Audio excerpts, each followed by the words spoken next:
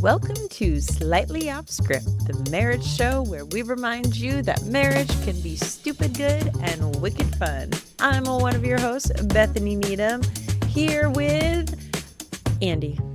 Andy. Yeah. That's it. I don't know if I've done just Andy. Yeah. Trying something new. This could be the last setup. How's that going for you? It was, we still got some. We're still, always experimenting here at the Slightly Off Script podcast. Yep. Changing the script. If you're listening audio only, we are experimenting with a different setup. Chairs. He stole my living room chairs, which is okay because I'm on a hunt for a new living room sofa, and this feels like a step in that direction. Okay. Yeah. Yeah, excited about that. I am excited. It's also been way more difficult than I remember sofa shopping. I don't know if I've just gotten pickier or if now I realize once you buy a sofa, you have it for a while. Yeah, you're like sticking with it. So I'm nervous about sort of like these deciding. Sewer too tall mic stands. Yeah. I didn't put as much thought as you did into the try to go a little cheap and didn't quite come up. It didn't work out. That's okay. So well. It's all right. They're pretty. Yeah. Even if they don't function. No, they function ish. Ish. You had quite an adventure. Was it last week? Yes, It was last week. Was it really? It feels like a year ago. Yeah, it was pretty wild. So let me set the stage for you. All right, set the stage. I decided. And scene. I decided that I was going to try a different kind of workout, something outside my usual, and that being Pilates. Because what's more fun than someone like, oh, what do you like to do for exercise? And I was like, I like to powerlift and Pilates. I don't even know if I could tell you what Pilates is. That's fair. I also... Expensive, that's what... Yeah, it's a little more costly than I liked. But they opened a new Pilates studio, not too far from my work. And the grand opening, I was like, I'll go try a class, whatever. And so this was going to be my first official Pilates class. It's also a brand new studio. Just brand new studio. The whole little whatever building that it's in, the whole thing is brand new, like all the things in there. So I get to the class, I go in, I do the thing. I'm terrible at Pilates, in case you wondered, which tells me it's probably good that I'm doing it. But I come out at the end of class, and so basically I've got to leave this class and go straight to work. I come out, I go to get my car, and I'm like, wait a second. And I look in the back window. I don't know what, you don't call it a windshield. What is it on the back? The rear window. The rear window. Like in the part of the lift gate. Yeah, is smashed in, like a huge hole. It literally looked like someone took one of those large bricks and just threw it through the center of my window. I'm going to put a picture on the video feed. So you can go to YouTube or Spotify and you can see Bethany's vandalized vehicle. Yeah. So my first thought was, are you kidding me? Because I'm supposed to be at work. Yeah. And you have part of your job is to get things set up to get going for the day. I do a lot of things first thing in the morning. And on the way to work, I just found out about a couple of coworkers were out sick. So I was already feeling this behind the eight ball. Gotta get there. So, and then I almost just had this moment of what do I even do? And also, who would smash my window? It was not a normal time of day. This is not like a downtown city. I think it might technically still be in Concord, but it's right on the Boscawen. This is the rural part of the city too. This is not downtown or anything. It did not make sense. And I'm looking around the parking lot. Nobody else's window is smashed. Just yours. Just mine. So then I'm thinking, I had a lot of mom stickers on there. I was kind of maybe over the top with the mom stickers. Someone doesn't like dogs because you're a dog mom. It's maybe I'm a cat person. Maybe someone's got throwing a brick mom issues. And they're oh yeah, I hate my mom. Smash. I don't know. So I called the police station and explained what happened. They're like, all right, we're going to send out an officer. And so on the phone, I'm like, so I work it would take me 5 minutes to drive to my office. I was like, is it possible? Could we meet there and I can do a report? And she's like, no, you can't move the vehicle. It's tampering, whatever. I don't even know. And so then I was like, do you have any idea of how long this might take? Because I know it's not an emergency. And yeah. So the lady again is like, nope, sorry, not sure. So I end up sitting there for an hour waiting for this officer. And meanwhile, nothing was missing from the car though, too. Like you said, you had taken your bag in to the gym. No valuables. The Bible was still sitting on the seat. All that was in there was a Bible. I actually had the funny thought, how funny if they went in to steal and then they're like, oh, the Bible. Now I feel bad. Then I'm not going to smash the other windows. Yeah, they decided that was it. So, and part of what didn't track for me, when I looked at it, I'm like, if you want to get in the vehicle, that's the dumbest window. Yeah. Because like if you do the door, you can open the door, but I don't know. it did not make sense. Nothing made sense. And I was looking in the vehicle to see, because my other thought was like, could a rock have flown up, you know, whatever. And nothing made sense. So I waited for the police to come. They came. He pulled in. I was like, he's just asking some questions. He's looking at it. And clearly, like, that's the other thing. All the glass is inside the vehicle. Like, it broke in. Yep. And the officer's like, so do you have any angry exes that... Anybody go Carrie Underwood on you? Which I was Louisville like, Slugger? I was like... To both headlights? I was like, I have been married for almost 23 years. I don't have exes that would remember who I was, let alone be They're playing the long game. I broke up in middle school, and here we are 25 years later, and they have tracked me down. Well played, Jeff. Well played. Well played. Didn't see that one coming. So then he was basically trying to like, is there anyone... Jeff was into cats, so... Maybe he hated that dog sticker. It's going to be so awkward if he listens to this. So anyway. That's fine with me, Jeff. So this story is out of control. Off script, maybe. So, a little off script. So he takes down all the information. He too is baffled because again, no other car. That's why he's like, this is so targeted. Like, well, he's like, somebody at your workplace, or because you got there's still like weird. And I'll be honest, the questioning is actually a little bit what made, I know he's doing his job, but it made me uncomfortable because I am not a paranoid person. No. And it was starting to make me nervous. Yeah, because it's like, if this is random, that's one thing. Yeah. But he's got to like, no, somebody would be like targeting you. Yeah, and which means they followed me to a place I've never been before. Mm-hmm. Like, it just was all very...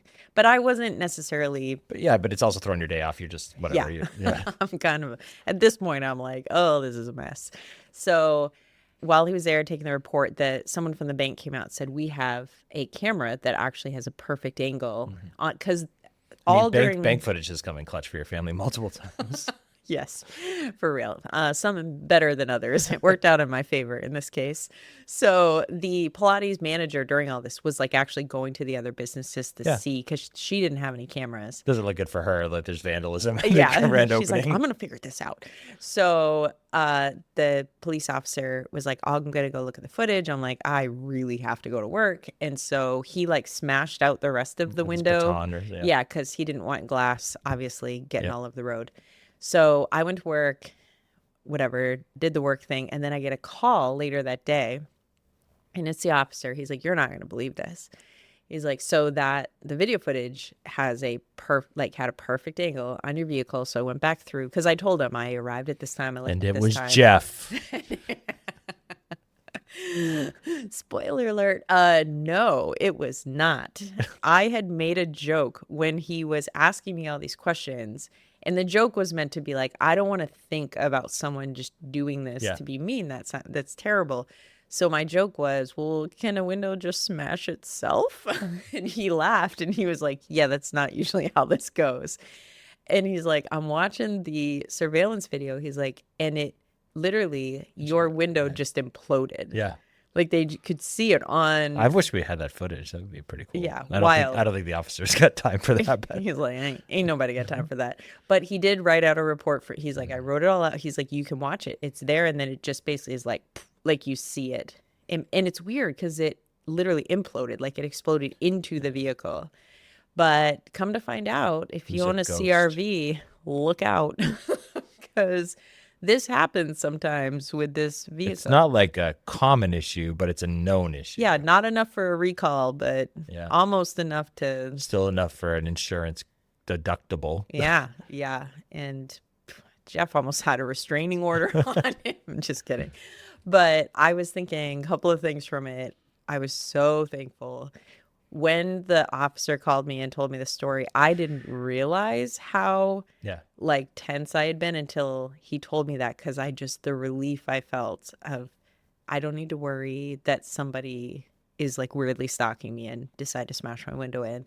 And then secondly, that it happened when my car was parked and I was in the gym, not on the highway. When you're driving, you think Jeff's shooting at you. Yeah. Like, yes, that'd be the first thing that came to mind. I would immediately flash back to a middle school boyfriend.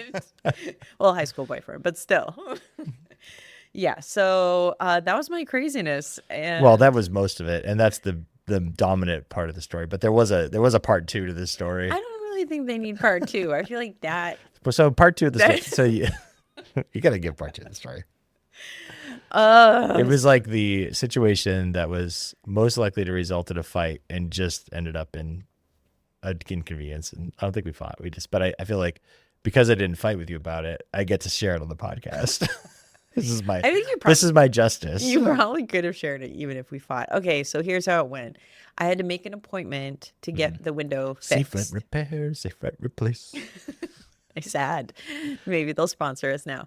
And it had just, honestly, the week had been rough. And we finally get to that day. So it's a few days out. They can't even do it right away. So I parked the car in the garage. Finally, the day it needs to be repaired. And you had so graciously offered to get the car to the repair shop. I'm working from home. I can run the car over there. I'll just work from the waiting room. No big deal. Easy peasy, lemon squeezy. Except that you're not so bright. Well, when I came home from the gym, I used my Corolla because we weren't driving the car with the broken. I'm like, I can drive it to the repair place, but I'm not going to obviously drive it around. And so I get home from the gym. It's like 8:30. It was a 10 o'clock appointment. I'm like, you know what? I should just make sure that I have a key. Which you didn't. Let's fast forward this story. So I called you. Yeah. And you're like, no, I only have my key. And then you're like looking at your bag, and then you said, oops. Oh, goodness. Goodness gracious. And then I had to jump in my car and drive 25 minutes north. Yep. 25 minutes back to the house. Yep. And then over to Safelight. And I made it in time, and they were good customer service. And I feel like any spouse listening knows you've had to have had one of those moments where you just do something so dumb, like you're not intentionally. No, but so dumb, and it's gonna make your spouse, like, it's such an annoying inconvenience, and you can't fix it, and you're just like, I feel terrible right now, and there's literally nothing I can do. So it's sort of like, thanks for that favor that you're doing for me. How about you do another huge favor? Which is what I said to my coworker. I was like, so basically my husband was doing me this amazing favor, and then like a jerk, I made him added an hour of driving to it. Sometimes the car time, I actually get a lot of phone calls done. So you just created a great space for me to make a few phone calls. And, oh, well, you're welcome. Yeah, good job. Anytime, here to help. Yeah, it's funny with these things too, because like part of what you process as you hopefully get more mature, at least for me, I'm like, you know what? We have friends that are struggling with so many things in their lives and their marriages. Like, this is literally just, I have to drive a little, like even the glass thing. I mean, I understand your anxiety when the officer's like, who's targeting you? Dun, Jeff. dun, dun. Meow. But outside of that, it's like one of those things where it's just like, these are just everyday inconveniences that are like, it happens. So yeah, vehicle stuff could be way worse, to be honest with you. We've had someday we'll share the saga of the Amco transmission company. Oh no, too soon. Too soon. With a different vehicle. No, I am very thankful though, because honestly, if that had happened on the highway, I very likely would have crashed the car, because I mean, you're not driving down the highway expecting your back windshield to blow into your car. Yeah. Like, I think it would have. Yeah, I don't even want to think about it. So thank you, Lord, for protection. So today we have a special episode and a unique episode, not just because we're sitting in these chairs and a different setup, but we actually have an interview that you did, and we're talking about the topic of rest. And we have an expert, a rest expert. Yeah, which I am not. I decided an expert. And also, after doing this interview, and I realized I have so much to learn in the area of rest Mm. and so many things that I think I've just had it wrong. And I'm kind of looking forward to doing some reading on this. Coming out of this interview, I felt like, wow, one, I need to study this more and understand it more. And two, I think, well, honestly, just recognizing that I'm kind of terrible at it. Yeah, I think that what we'll take away from this interview is kind of expanding people's, I know for me, giving new vocabulary to rest, thinking about different categories of rest. And I'm really excited about this conversation that you had, and let's jump right into it. Here we go. Okay, I am here with Dr. Sandra Dalton-Smith. Welcome to the podcast. Thanks so much. It's a pleasure to be with you. Oh, I am very excited. My husband, who I believe met you in a faith-driven entrepreneur group, if I'm Yes. correct. Yes. Yes. And he had shared just about the work that you do, the books that you had written. And I know personally, I am somebody that feels like I could learn more in regards to rest. And so I feel like this podcast interview could easily just be a counseling session where you just tell me what to do. But I'm very thrilled to have you here. You have a number of books that you've written, Sacred Rest being one of them. There's a few more which we'll talk about. And you have an even more recent book, Being Fully Known. But I'm excited because obviously I don't know if is it fair to say that you're sort of a rest expert? Because I kind of feel like that's where this is leading. I have been called that. That wasn't my intent in the process. I initially started off as a burned out physician, just looking for answers for myself. But that information and the research has helped quite a few people and has led to being called by many a rest expert. How long ago was that? You mentioned it started with you being a burned out physician. Like, how many years have you kind of been doing this research and study? Yeah, I burned out when my kids were toddlers and they're both now in college. So it's been going on for a while.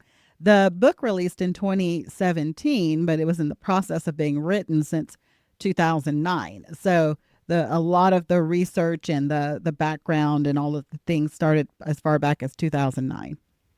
Wow. And so in your book, you actually identify 7 types of rest. Could you briefly just explain these different types of rest?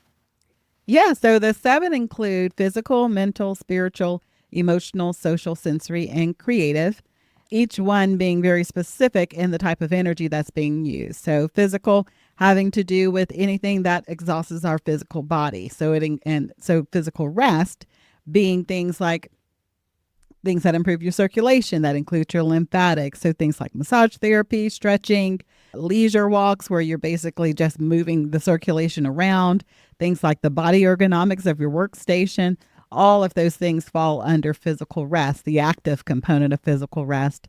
And then we have the passive component of physical rest that we're all familiar with, sleeping and napping as well. That's just as important. Then with mental rest, we're taking a look at how do we downgrade some of the mental processing that we do. There's a lot of decision fatigue that leads to exhaustion. And so we're looking at someone with a mental rest deficit, maybe the person who lays down at night and their brain won't shut off and they're thinking all the thoughts, or they have a hard time holding on to information because they feel like their mind's just brain fog, or they feel like there's just so much information they can't capture things. And so that's deficit can be overcome with certain types of mental rest, like mindfulness activities, things like brain dumps, where you're taking time to find moments or reprieves, we might say, where you're able to put down whatever that is that you're ruminating over and that you're thinking over, so that your brain is relieved from the pressure of doing that. Spiritual rest specifically is taking a look at your relationships. So people of faith, spiritual rest usually looks like relationship, leaning more into the spirituality of relationship with God rather than the activities that we do. It's focusing more on the being rather than the doing part of spirituality. Mm. For those who struggle with emotional rest, these are the people pleasers. These are the people who maybe carry quite a bit of emotional labor within their job, meaning they're not able to express their emotions authentically. People in customer service deal with emotional labor. They have an irate customer. They still have to keep a smile on their face. Teachers deal with parents and they still have to keep a smile on their face. So those kind of, people in counseling and healthcare dealing with very hard situations, they don't burst out in tears. They learn how to keep their emotions in check. And so emotional rest deficits occur either when there's excessive emotional labor, you're having to suppress your emotions professionally, or you just don't feel the liberty to be authentic for whatever the reason. You feel judged, you feel unseen, you feel as if you have to meet someone's specific expectations. And all of those things lead to this feeling of, I can't be me, and this feeling of performance that drives that. And so you want to have those moments in your life when you can have emotional rest and share who you really are, be real, be authentic, share your emotions without feeling like you have to censor them. Social rest, looking at your relationships and evaluating if they are life-giving or if they're draining and causing you to have a social rest deficit. Majority of the people in our lives are pulling from our social energy. They need things from us. They have demands upon our schedule and our time. And we then have to make sure that we are spending time with people who are nourishers, who are actually pouring back into us and who are feeding that part of ourselves, specifically as adults, having adult friends. Because right now, most people spend all of their time with family or at work, and they don't have people who don't need anything from them. And so they always feel as if they're in giving mode and pouring mode, and they're never in receiving mode. And then the final two are sensory rest and creative. Sensory rest is looking at, just like it says, your sensory inputs. Oftentimes, we have sensory-rich environments, whether that's working on your computer or being in a busy city with traffic and honking horns. There's a lot of sensory input that a lot of us experience. And we don't realize how much energy is drained from the sensory processing. For example, I had mentioned I just got back from a trip where I'm on a plane and I'm in airports quite a bit. And so the plane has noise. The airport has noise. I get to my location. If I'm not mindful of the excessive amount of sensory input and the sensory overload, I'll arrive there irritated, agitated, feeling exhausted and not understand why. And it's the same for, let's say, a parent maybe who's working from home and they have homeschooling kids and the kids are noisy, and we think, oh, I'm tuning out all this background noise. I'm tuning out the kids. I'm tuning out the airline or the airport. And really the only way you can tune it out is if your brain's processing it. So something's working, whether you think it's working or not, even if it's subconsciously working, and that can be exhausted. And then we respond in a way that reflects we have entered into sensory overload syndrome. And so those are things that we have to be aware of, and then allowing ourselves some sensory reprieves, whether that's turning off the radio on the drive home because you don't really need any extra sound, or wearing noise cancellation earphones in the airport or on the plane, not because you're listening to anything, but because you're actually trying to block noise out. And then finally, creative. Creative rest is the rest you experience when you allow beauty to inspire you and to unlock your creativity. So that could be natural beauty like the ocean and the mountains and the trees, or it could be something like art or music or theater or watching someone dance. But it's letting what's already been created unlock creativity inside of you, and recognizing that we use quite a bit of creative energy anytime we're problem solving, anytime we're having to think outside of the box. If you're an entrepreneur, you're using an excessive amount of creative energy for all sorts of things, from how do I get customers? How do I build this? And so we need to be aware that any way that we use energy within our lives can get depleted. And then what are you doing to pour back into that area? Because that's really what rest is about. It's about restoration, restoring the places where we have deficits. Wow. Just as you're listing those, one, I went ahead, you have a test available online that is sort of testing sort of where you're at in your levels. And I don't have the results in front of me, but I just remember when I opened the results and I was like, oh, I need rest in all 7 of these areas.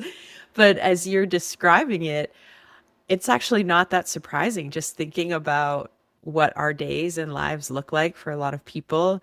And as I'm thinking about marriages, we get a lot of questions from couples, especially who are in that season of life where they've got young kids or, kind of, I call them the middles, that age, they're not quite grown. And so you got sometimes both parents working, one parent working. It's a full season of life. And I wonder if you have any strategies or wisdom to offer these couples who they ask a lot of questions around about connecting with one another, but like, how do they find rest in these seasons where really, if it's not intentional, just sort of the everyday rhythm of life, it can take a lot out of you. It could be very draining. Yeah, and I think that's where it has to begin. There has to be a level of intentionality or it won't happen. And so the resource you're mentioning is a free rest assessment we have at restquiz.com. So when people go there, they get a score in all 7 types of rest. And then what I recommend doing is taking both parties, both spouses, taking the study, finding out what type of rest each needs most. Now, some people might be like I am, and like you mentioned, maybe you have multiple rest deficits. Start with the one that you feel is the one that you are most in need of, and share with your partner that this is the type of rest that I'm specifically needing. Because the problem typically is, especially if you need emotional rest and your spouse needs physical rest, and then one spouse says, "Hey, I'm feeling burned out. Let's go on vacation," which isn't true burnout prevention. Vacations are usually more stress than rest.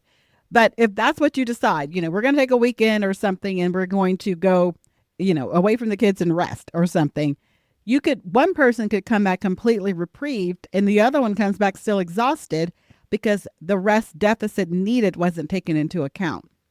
What I recommend is let's figure out, how do we get rest without a vacation, without leaving the house? Because really the kids need to learn how to rest as well. Because we have a culture right now of people who are grind till you make it, burn it at both ends, I'll rest when I die. And they literally are dying early because they are not incorporating rest into their lifestyle. So how do we rest then as a family? Well, if it's a Christian family, we can start looking at Sabbath in a new way. How can we take a period of a weekend, doesn't even have to be the whole weekend, but starting somewhere, a period of the weekend where we're going to focus on restorative practices and actually have conversation around the fact of what type of rest do you need? Because we hear people say, you ask a teen, "How are you doing?" "I'm so tired. I'm so busy." Then let's go deeper. What kind of tired are you? Because if we don't know what kind of tired you are, we don't know what it is you need. If you're so busy, what's on your schedule that maybe doesn't need to be there anymore? Maybe it's there out of habit. You've always been a cheerleader, so you just keep being one until you graduate. But is that where your heart's still at? Is that we have to start allowing each other as parents, as well as our kids, to have agency in what they choose to do and not get locked up into these mindsets that just because I always have means that I have to continue, because that's part of that extra stress and that expectation that tends to lead to burnout. Wow. No, that's good. I love that you're talking about giving agency, and let's kind of dig deep in where is the rest needed. And I'm also considering like this culture with phones and TVs and screens and just all of these things, especially for not just our kids, ourselves as well. Do you have any thoughts on what does it look like when you're trying to create an environment that allows us to rest, when in the sensory rest, I'm assuming is probably what we're looking at, sensory rest, when again, our homes, oftentimes there's more screens, there's, TV screens, there's computer screens, there's phone screens, or maybe it's something that you've tried in your own family that has been a good practice. Because I know for me, our kids are grown and gone now, but that's something I look back on and I'm like, you know, that felt like an uphill battle most of the time for any of us to get true rest in that one arena. Yeah, so there's a couple of things specifically that I would recommend with families. Specifically, if you have kids with phones, there should be no phone zones within your family dynamics. So meal times, regardless if it's at home or in a restaurant, are no phone zones. And they open up an opportunity for social and emotional rest because you can have conversation around things that matter. So not just conversations about what they're doing or, the performance conversations, but conversations about their heart and things that are affecting them and what they're enjoying. And so I oftentimes recommend starting off with some kind of lighthearted question, so to speak. What's exciting you right now in school? Or what's challenging you right now in school? So it could go whichever direction you feel like they want to open up about. What is it that you're liking most about soccer right now? And if they're like, I don't really like anything about soccer, I'm just doing it because you start learning some things that you otherwise wouldn't learn because we're not asking questions, open-ended questions that let them kind of give us more information about it. So that's one way to start getting some emotional rest because then they have the liberty to say what they feel. And whenever, you have a family member, your spouse or your children that says, you ask the question, how are you doing? It's usually answered with like a one-word response. I'm good. I'm fine. It doesn't give you any information. So I usually recommend asking different questions, things that require them to actually process and kind of evaluate what's going on inside of them and the actions they're currently taking.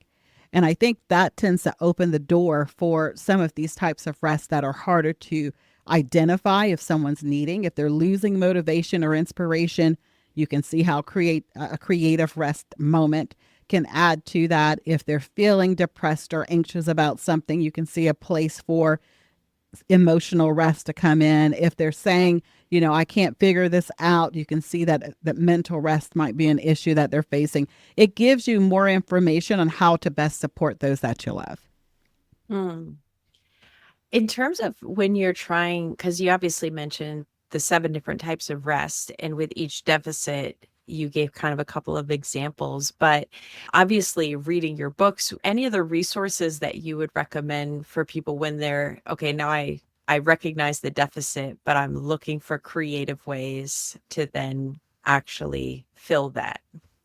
Yeah. So in the book, we break it down in such a way so that with each type of rest, we give at least 3 different ways that people can begin to get rest in that specific area. We call it kind of the rest theory. Recognize your current risk, evaluate where you're at right now, which is the quiz, the science and the research so that you understand why it's happening. And then T is today's application for the REST, and some specifics that you can try, because what works it's like taking a blood pressure pill. What works for one person may not work for the next person. What works for your spouse may not work for you. So you have to have some trial and error. It's very individualized. It's going to require you to actually evaluate what leaves you feeling restored, because that's the goal. What makes me feel poured into versus feeling even more drained. And so it takes some sampling of the different opportunities that are out there for rest and restorative practices. Yeah, I like that because it's true. People are wired so different, and there can be things that I've experienced that friends have given me, very well-intended advice on, oh, you're tired, you should, and then they usually fill in the blank with something that's very restful for them. And then I've tried it and been like, that was not helpful. Like for whatever reason, for me, it was more draining or I just came out feeling more tired, which is strange, but if it was the wrong, it could, the problem is most of the time when people do that, they are not evaluating the type of rest you need. They are just giving you a restorative practice. Because I could say, hey, take a nap every day and that'll make you feel great. But if you don't have a physical rest deficit or a sensory rest deficit, which are the only 2 things that sleeping and a nap really help, then if your issue is an emotional rest deficit, you're going to still wake up emotionally depleted because you haven't even touched that reservoir. You haven't poured into it. You haven't done anything to it. So I think that's the problem. That's why so many people stay exhausted and feel like nothing works for them. It's not that nothing works. They haven't identified the type of rest. So therefore they're not actually doing the appropriate type of restorative practice. Wow. I have literally never thought of it other than when I first looked at your test. I've never in my mind thought about breaking it down into different types of rests. And I feel like I'm having this like mind blown moment of, man, this makes so much sense. Why exactly what you just said, where I've had days where I'm like, I'm tired and I'm just going to take a nap and woken up more exhausted. And now sitting here listening, being like, yeah, because it wasn't actually physical tiredness, it was something totally different. So, how any advice you would give? I know you touched on it earlier, but I'm sure with married couples, one of the challenges is if they have different deficits and therefore it's something different that each of them need. But maybe advice on how do they sort of harmoniously address their rest needs when they're not the same deficits. Yeah, usually it's a divide and conquer because, for example, my husband tends to have he's in IT, so he's always thinking and processing. His brain's like a computer. He's always processing something. So for him, it's 90% of the time a mental rest deficit. His brain is going and turning and going and churning. So the way he experiences mental rest is when he goes out for a jog. Cyclic type activities where he's concentrating on his breathing and his cadence. It works like a mindfulness practice because he's so focused on those two things that it clears his mind out so he's able to get mental rest. Well, going for a jog to me is stress. I don't want to do that. That's not, I don't have that issue. That's not the way that I get mental rest. So he has his time where when our kids were young, he had his time that he would go do a 30-minute or 40-minute jog, and I'm doing mom stuff with the kids. And then for me, typically my rest deficit has to do with things like emotional rest or social rest. I need space and people that feel safe where I can share myself authentically. And so he understood that on the weekend, I'd have a 4-hour block where I go do things with my girlfriends and hang out and do those kind of activities. And he would have the kids during that time period.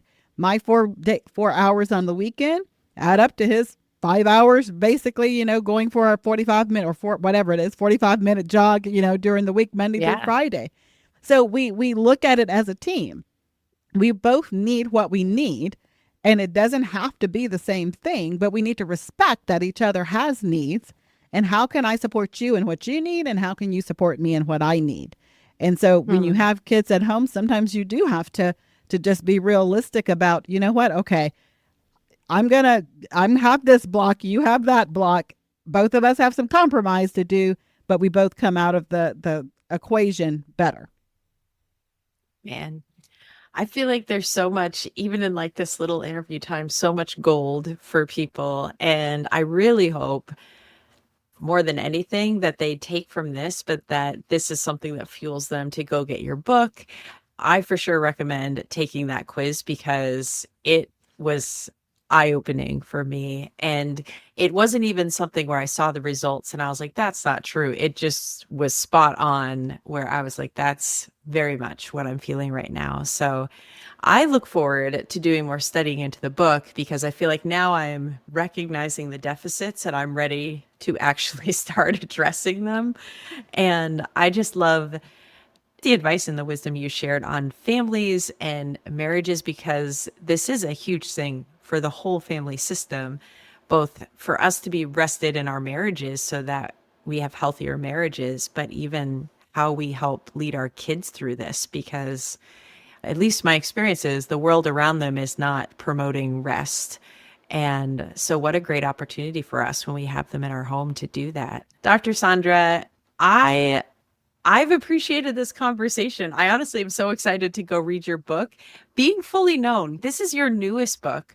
What is the newest one about? Because obviously Sacred Rest kind of speaks to it, but talk to me a little about this new book.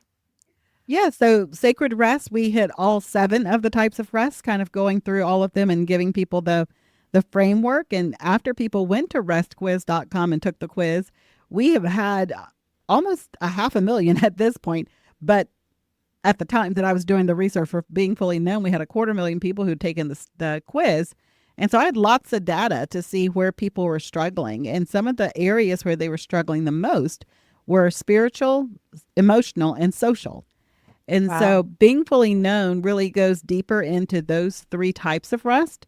It's written in such a way so there's a lot of reflection. Each chapter has reflection or unveiling questions to help them go deeper into self-awareness about where they're at in their journey, and really goes very deep into the aspect of identity and how a lot of us, the stress we're feeling is the stress of becoming more aware of what we like, what we dislike, what we desire, what we don't desire, and the tension that happens in that because of the prior expectations we have on ourselves or that other people have placed on us, and learning how to navigate that tension to get to a place where we can be authentic and transparent and feel like we can be the best version of ourselves and be at rest with that.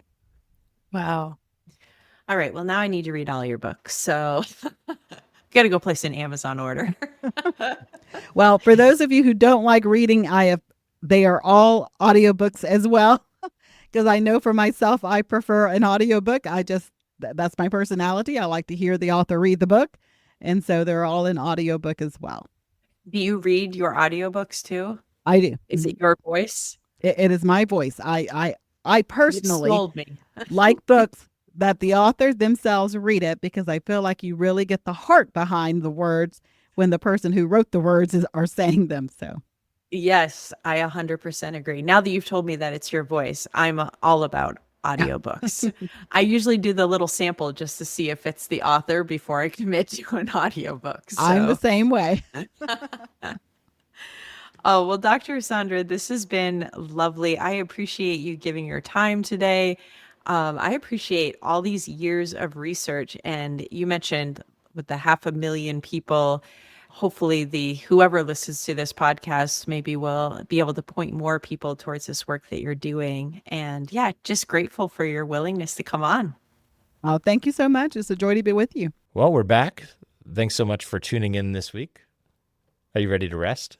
I am beyond ready. In fact, I'm excited because we're leaving this to go, just the two of us, away for just overnight, but I'm very excited. And I've held this as I sort of held it as a surprise. I told you that we were going away this weekend for one night. And then in front of you, I told our daughter that we were going away to Boston. So gave away the location, but I held the secret until today about what we're doing.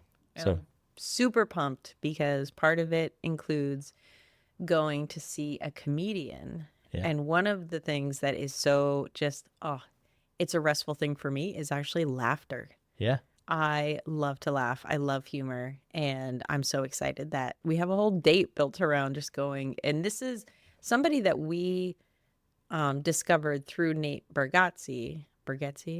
Sorry, Nate. This guy's name is Aaron. His name is Aaron Weber. Yeah. Right. So Aaron Weber, we heard about through another comedian. And yeah, super funny guy. I like going to, I don't think this is a very big venue. And we're actually going to see Nate at the TD Garden this summer, which is cool. Like, that's incredible. Like, we saw him years ago in like a smaller venue, but I actually like small. We get to see Dustin Nickerson. We saw at a small venue. Two things that I love. Well, I say three: a clean comedian, a small venue, and an early start time. If you can do those three, and affordable tickets is number 4. So like, this is like hit on all cylinders. I just think if you're a comedian and you have a clean set and it's funny, that is actually like a next level skill. Because I do think one of the hard things about comedians is there's so many like Netflix specials that like we watched like 2 minutes of and we're like, nope. Like, ew. But I just also think that it's like so many comedians go to. Yeah. And so to have these guys that just like kind of everyday life stories and things, and they're, oh my gosh, so funny. I think that I get to enjoy it on multiple levels. One, I love just laughing, but I also enjoy there's something just so vulnerable and courageous about the craft of stand-up comedy. Somebody's putting themselves out there And we've got to see a couple, and we get to see Mike Birbiglia do the Old Man in the Pool at Lincoln Center in New York. That was pretty awesome. And he's a different style. Like he typically is like a long narrative. I love storytellers. So yeah, it'll be fun. It'll be a great night. Yeah. So we'll get some rest, early show. So we get to go to bed early because we're old like that. I asked you, I was like, would you rather do a 5 o'clock dinner or a 8:30 dinner? And you did I was like not. 4:45. Is there anything earlier? But how can people stay connected to our podcast? All the ways. You can follow us on the social medias. You can subscribe on YouTube. You can listen anywhere you listen to podcasts. And then if this is something that's a gift to you, share it. Share it with your friends. Yeah, sharing is caring. If you don't like it, share it with your enemies. Either way, it's spreading around. Two other things just to quickly mention. If you go to either of our website, BethanyandNeedham.com or AndyNeedham.com, there's a new shop link. And you can get apparel, which there's slightly off script apparel, but there's even the hot seller is all of the Bethany and Needham band. Hot seller is greater than the Andy Needham band. I just want to go on record. I did not design this apparel, and I feel a little odd about my name being. That's part of that's part of being an artist. It's okay. You think it was really like not odd when my name was on t-shirts? Yeah, but you were actually a musician with a band. You're a musician, and I'm your band, and your tour manager and your merchandise coordinator. So go buy those. They're selling like hotcakes. I need to sign. We have to get one for our friend. Well, no, I don't want to say because we're going to surprise. It might be a surprise. One of our friends that we're going to get it, and I'm going to sign it for him. Okay. So that he can have signed apparel. Is there a way to get like an autograph? Is that like a different option? Do we need to add that option? Or? Yeah, come visit me. I'll sign it. I don't care. So while speaking of visiting, we have done our first live and like our marriage night at church, which was amazing. Thank you so much to Hope Fellowship, to Jordan, to Hannah, the whole team. They crushed it. So amazing.